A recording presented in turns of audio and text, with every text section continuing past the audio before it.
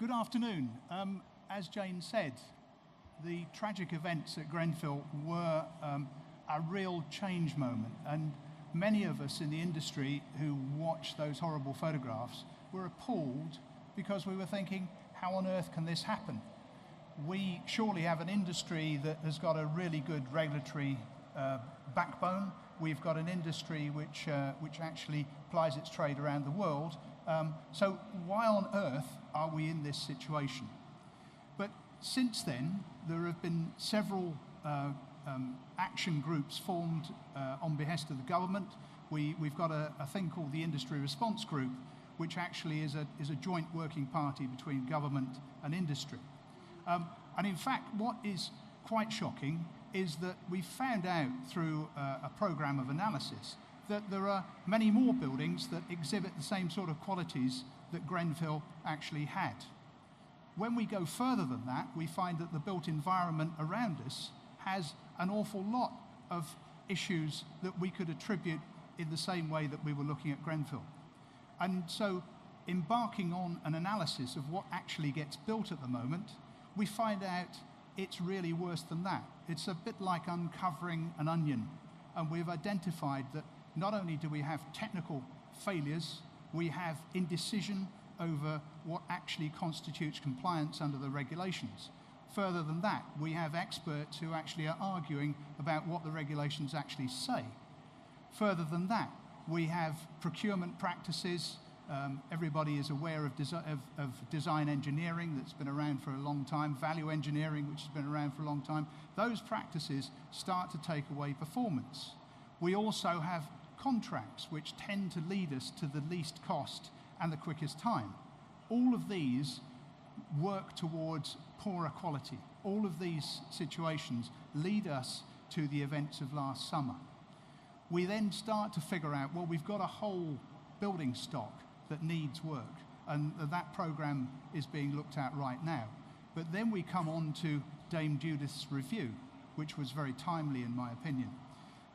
Having been involved in a number of the working groups on the Dame Judith's review, it is work at pace. It is a case of there are things to be done and we need to do it. And I'm firmly convinced that we will see coming out of the review, and hopefully the government response to that review, some real action. And I would suggest that that real action will see changes demanded of the building control system, changes demanded of building regs themselves. We need to make them clearer. We need to actually get a wider cohort of people agreeing that they understand what is needed and deliver that. But more than that, as we've been hearing, what is the effect downstream? So we need to ensure that procurement actually does deliver the materials and the quality in those materials that are required, that deliver safety, deliver performance. What we also need is a construction sector which will actually perform, which will deliver that quality, particularly in the life safety areas, but also in all the other areas. I mean, it is ridiculous to think that we have a situation where we can't depend on homes and other buildings actually being built to the same quality that we get other products. After all, it's the same sort of requirement. So we need an industry that is going to completely change from beginning to end. A different attitude from clients, a different attitude all the way through the delivery process. I'm firmly convinced also that the Judith Hackett review will demand more accountability. I think it's long overdue that we actually have a system where responsibility is passed down the supply chain to those who are least able to deal with that responsibility.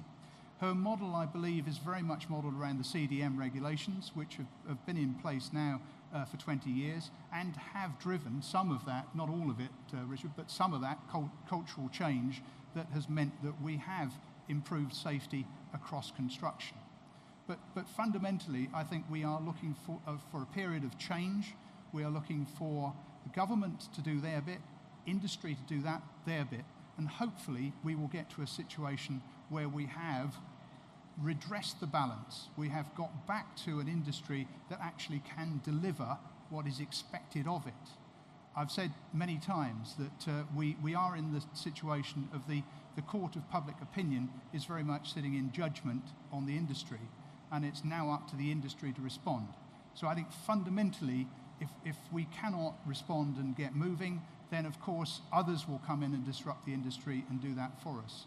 We have some answers. We have some answers in digital technologies which are starting to take root across the industry as they have done in other industries. We have new ways of looking at procurement. Already we have new ways of actually using manufacturing in a much more stronger effort towards construction. So this is blending manufacturing into construction. Many people talk about modern methods of construction. I think it's more about taking decision-making away from sites so that every component coming to site has its own place, predestined. There are no decisions made on site. We don't need to have people standing up on scaffolding in cold weather, putting bricks together. What we need is some clever approaches that deliver quality and performance. And so I'm hopeful that at the end of all this, it will take a long time. It'll take about a year to get some real action going from some of the programs I've talked about. It will take 3 or 4 years to get fundamental change and cultural change built in.